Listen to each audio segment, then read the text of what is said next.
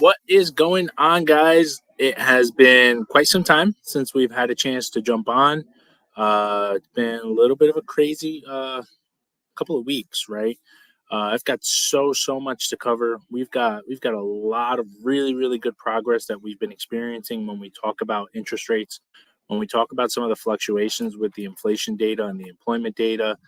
Today was a jam packed week when we got some updated information in regards to both the CPI report, which actually finally showed a slowdown and a cooling off, and then we also saw some updates as well in regards to the Fed meeting. They mentioned the word modest increases in regards to inflation. We are making significant progress then from what we were at almost 9.1% to this morning being at 3.3%. The bond market react very favorably to this. Okay.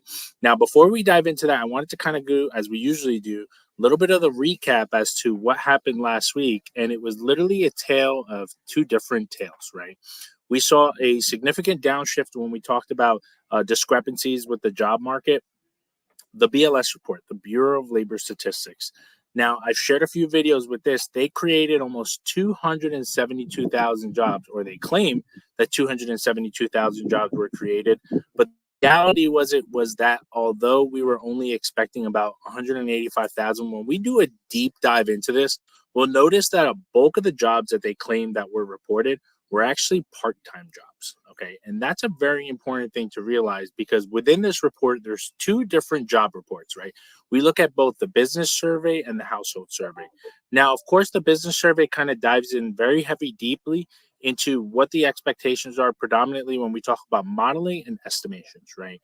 And there's this model that they look in there with the birth death model. That's truly just how many jobs basically were closed relatively to how many new jobs were created. Okay.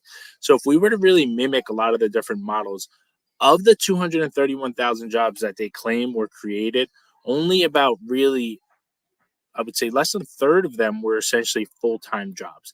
Now, even with this fictitious report, in my opinion, that came out, we still saw a significant downshift with inflation where we actually saw the employment rate jump up to 4%, which is the highest that it's been in quite some time. Then we saw ADP report. The ADP report came out and showed a massive decline, and that was around Wednesday of last week. So that kind of showed a lot of positive impacted the bond market. Unfortunately, Friday kind of turned it over. But then we saw job openings and labor turnovers, the JOLTS report on Tuesday. The JOLTS report kind of goes heavily into how many new jobs are being created. And for some reason, they are constantly always revising the numbers lower, which in my opinion, in March, they claimed that there was a significant revision from 8.4 to 8.3. I mean, how can you be that far off? When we talk about inflation, we talk about job openings. It's the lowest level it's been since February of 2021 and well below where we were at almost 12 million in 2022. We're also going over the quit rate. The quit rate is showing that a lot more people are actually afraid to quit their job. Now, how is that important? The quit rate kind of dives very heavily deeply into showing that other companies are just really not poaching as much, or truly people are feeling a little less confident in regards to the labor market and the employment market, which also shows signs of weakness in regards to the labor market. Now, we did see, again, a lot of increase in regards to home appreciation, which is in regards to the equity people are building.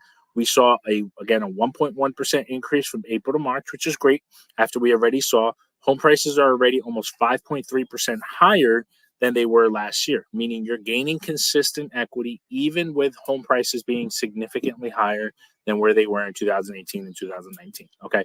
Now, again, we had the Federal Reserve meeting. They just concluded their 2-day meeting that started on Tuesday.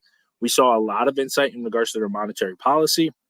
They did mention the word modest increases in regards to inflation, right?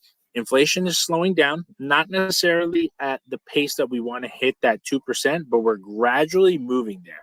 And that's the importance of seeing things, right? CPI report, Consumer Price Index, came out today, and the influx in regards to the Consumer Price Index report truly showed that consumers are spending a little bit less money, right? Inflation is slowing down in the month of May. We saw that it only increased to 3.3%, again, which was below the market expectation. And that is why the bond market reacted very favorably and why interest rates had slowly dropped. And as we saw today, we were able to lock in about 2 different clients today who were holding off for a little while, kind of wanting to see a little bit of this fluctuation with the market. The economy's obviously still remaining a little stubborn in regards to both inflation and employment, but we're slowly making strides to that, right? Okay. Now, the Fed did acknowledge that inflation is slowing down. I mean, we were at 9% in 2022 and we're at 3% this year. So you can't necessarily knock the progress that we're doing, but we do understand why the Fed is being cautious. Now, the Fed did also simultaneously come out and say that more than likely we're probably only going to see one interest rate cut this year. Okay. Now, again, this is going to change more than likely probably into the next time that they meet, but seeing at least a confidence in regards to CPIs being dropping, a little bit of a sticky point in regards to Federal Reserve's inflation battle. But again, these are the things that we really want to monitor. Okay. So again, some positive headlines that core inflation again beat forecasts. Additional positive headlines showing that the Federal Reserve has acknowledged that mortgage interest rates are slowly on a downward trend. We're not going to see massive drops in regards to CPI hitting that 2% number, but we're slowly getting there. Okay.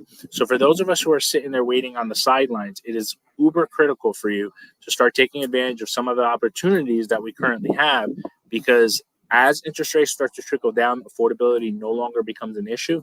We want to make sure that those opportunities that are out there, you are truly taking advantage of it. Okay.